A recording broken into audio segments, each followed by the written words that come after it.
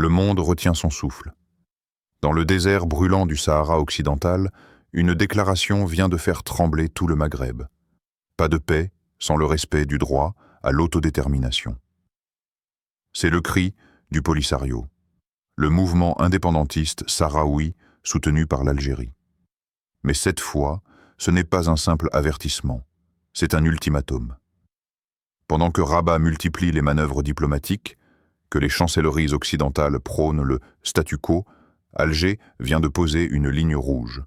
Aucun vote, aucune solution imposée, tant que la voix du peuple sahraoui n'est pas libre. Et cette position choque, dérange, bouscule l'ordre établi. Le Maghreb entre dans une nouvelle zone de turbulence. Bienvenue sur le pouvoir en lumière, la chaîne qui dévoile ce que d'autres préfèrent cacher. Ici, nous ne suivons pas les versions officielles. Nous les démontons, nous les analysons et nous révélons ce qu'elles dissimulent.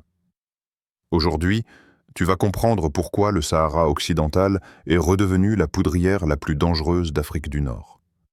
Pourquoi le Maroc, l'Algérie et le Front Polisario jouent une partie d'échecs où chaque coup peut faire basculer la région. Et surtout, pourquoi ce combat autour du mot autodétermination est en réalité une bataille pour la souveraineté, la justice et le contrôle de tout le Maghreb. Pour comprendre la crise actuelle, il faut remonter aux racines du conflit. Avant 1975, le Sahara occidental était une colonie espagnole. Mais à la fin du franquisme, Madrid décide de se retirer. Le Maroc revendique alors ce territoire au nom de l'intégrité historique de son royaume. Mais en face, un mouvement se lève, le Front Polisario. Créé en 1973, il réclame l'indépendance totale du Sahara occidental au nom du droit des peuples à disposer d'eux-mêmes. Lorsque l'Espagne se retire, le Maroc et la Mauritanie envahissent le territoire. La guerre éclate. Le Polisario, soutenu par l'Algérie, oppose une résistance féroce. En 1991, un cessez-le-feu est signé sous l'égide de l'ONU. En échange, une promesse, l'organisation d'un référendum d'autodétermination. Mais ce référendum n'a jamais eu lieu. Depuis plus de 30 ans, le peuple sahraoui attend. Le droit à l'autodétermination est un principe fondamental des Nations Unies. Il signifie qu'un peuple colonisé ou occupé a le droit de choisir librement son avenir, indépendance, autonomie ou rattachement. Mais au Sahara occidental, ce droit est devenu un mirage. Le Maroc propose une autonomie élargie sous sa souveraineté. Le Polisario, lui, refuse toute solution qui ne passe pas par un vote libre et transparent. Ce n'est pas seulement une question politique, c'est une question d'identité, de dignité, de reconnaissance. Le Polisario le répète, « Nous ne sommes pas une minorité ethnique marocaine, nous sommes un peuple en exil. » Et chaque jour, dans les camps de réfugiés de Tindouf, des milliers de Sahraouis vivent avec cette idée. Tant que le monde ne reconnaîtra pas leur droit à décider, ils resteront en guerre. Ces derniers mois, les dirigeants du Polisario ont durci le ton. Leur message est clair. Pas de paix sans autodétermination. Ils accusent l'ONU de trahison, le Maroc de colonisation et l'Occident d'hypocrisie. Les trêves sont rompues. Les échanges de tirs reprennent dans les zones tampons. Le Polisario affirme que les cessez-le-feu ne servent plus à rien, tant que les promesses ne sont pas respectées.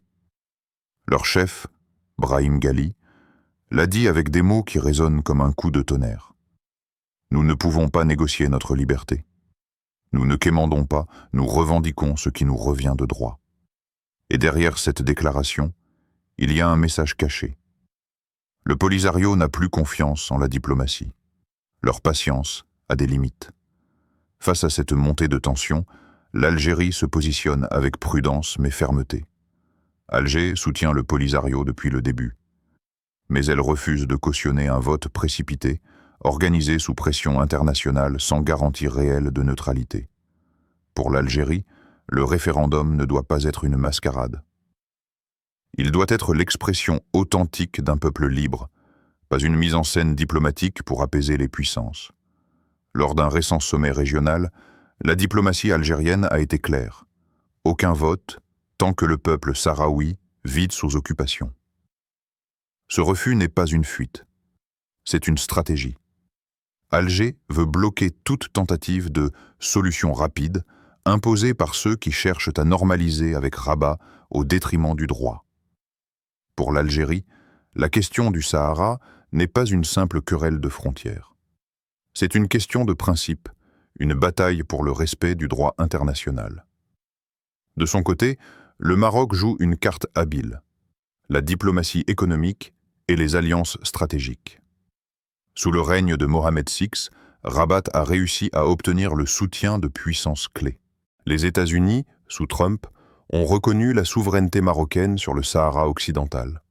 Israël a suivi, et plusieurs pays africains ont ouvert des consulats dans les territoires contestés. Mais derrière cette façade, une autre réalité s'impose. Le Maroc fait face à une résistance persistante et à une opposition régionale grandissante. L'Algérie ne plie pas. La Russie observe et soutient discrètement. Et la Chine, fidèle à son principe de non-ingérence, se range du côté du droit international.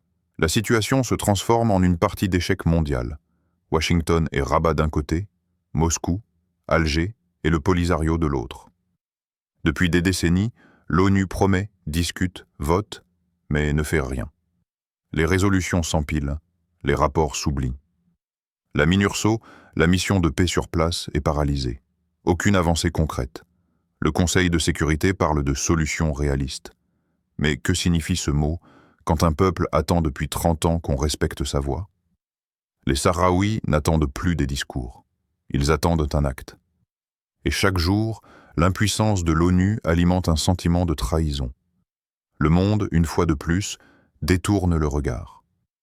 Parce que ce conflit ne rapporte rien, parce qu'il dérange des intérêts trop puissants. Cette impasse diplomatique ne concerne pas seulement le Maghreb. Elle menace tout l'équilibre du continent africain. L'Algérie et le Maroc vivent une rivalité historique. Leurs frontières terrestres sont fermées depuis 1994. Chaque incident diplomatique, chaque déclaration du Polisario rallume les braises du conflit. Le Sahel, déjà instable, devient le théâtre d'influences croisées. La Russie avance via le Mali et le Niger. La Chine investit dans les infrastructures, tandis que l'Occident tente de garder la main sur les routes énergétiques et minières.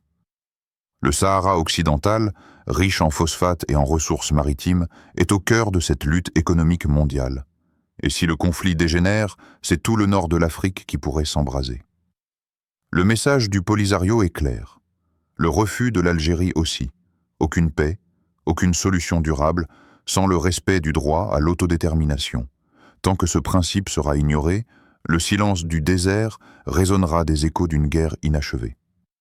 Le Maghreb restera divisé et la justice suspendue. Ce conflit n'est pas qu'une affaire régionale. C'est une question de dignité humaine, de vérité, de cohérence du droit international. Et pendant que les puissants négocient des accords en coulisses, un peuple attend toujours qu'on lui pose la seule question qui compte. Que voulez-vous devenir? Ici, sur le pouvoir en lumière, nous refusons le silence. Nous éclairons ce que d'autres veulent cacher. Abonne-toi, partage cette vidéo et ouvre les yeux. Ce qui se joue au Sahara occidental dépasse les frontières. C'est une lutte pour la liberté, la vraie.